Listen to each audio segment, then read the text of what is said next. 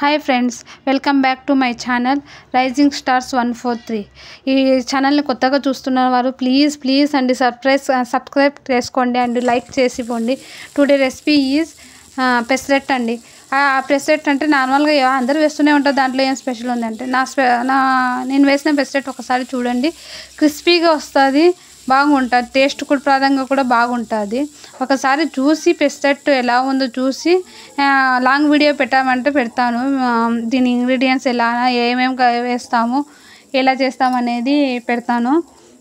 ఒకసారి చూసి నాకు కామెంట్ చేయండి, లైక్ చేసి ఈ వీడియోను ముందుకు తీసుకెళ్ళండి. Okay friends,